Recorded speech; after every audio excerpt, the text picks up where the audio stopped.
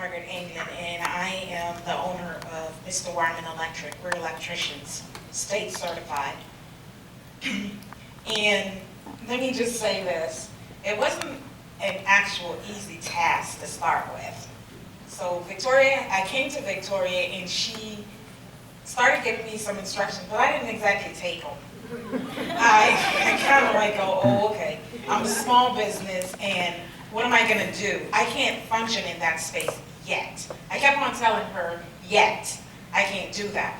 Well, long story short, she had an event where she brought in Broward County schools and they were talking about certification. And she just downright put me on the spot and told me that I was going to go see the people. I thought to myself, I'm really not ready for this. I actually went. And because of her pushing me, I actually walked out of the office that day with a certification. So then I got a little excited. I go, this is actually doable. So then I went and I got Broward County. And then I really got excited. And then I went on, I got a DBE. So now I am certified with the state, with the federal government, with Broward County, with Miami-Dade, with West Palm Beach.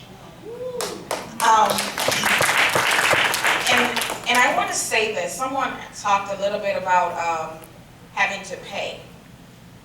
I didn't. The first thing is I already paid because I paid my taxes. So I picked up the phone and I say, hey, what goes on line 8 to the agency? You have to be bold. And at first I thought, oh my God, these people are gonna think I'm nuts. But I did it, and guess what they did? They answered, and then told me if I needed any additional help, please call back. Mistake number 1 for them, because I did call back. And they were able to guide me through the process. So all of those certifications that I spoke to you about, I did them on my own. I have what is called my certification Bible that sits on my desk. Every piece of paper that any agency has ever asked me for, it goes in there. Because somewhere along the line, somebody else asked me for the same thing. And that being said, today I now do work at the Fort Lauderdale Airport. I now do work with Broward County School Board. I now do work with the USDA, that's federal. I now do work with the school board of Miami-Dade. I do stuff for the state. I am a maintenance contractor with the Juvenile Justice Center. And those are just some of the things that I can think of real quick.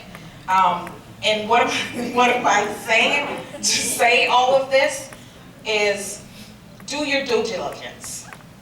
Find your niche. What is it that you do? And stick with it. But there's one thing I have to say to you, be persistent. It's not gonna fall out of the sky. And if you don't do what you're supposed to do, it'll also go away. I get on an average from my Florida marketplace, at least 4 to 5 solicitations per week. On my DBE side, I get 4 to 5 per day. Every airport is building. And I get them I'm sitting here going, no, I am not going to the panhandles. But I get it coming and going. So what am I saying to you is, it works. But you have to be willing to work it.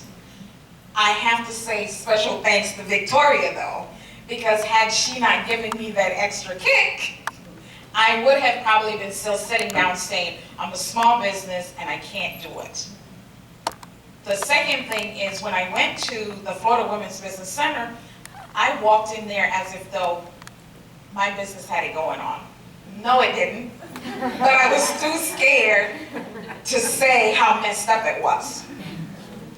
One of the things that we as small business do is we like to show the good side and we don't like other people to know that we need help. Well, when I change my attitude and start saying, hey, I don't know how to do that, and I need to call somebody that's going to put me in touch with somebody that knows what I need, my business went upside down. I mean, right side up, sorry.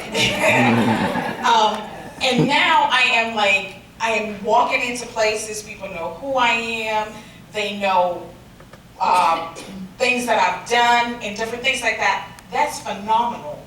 And it all started with the Florida Women's Business Center.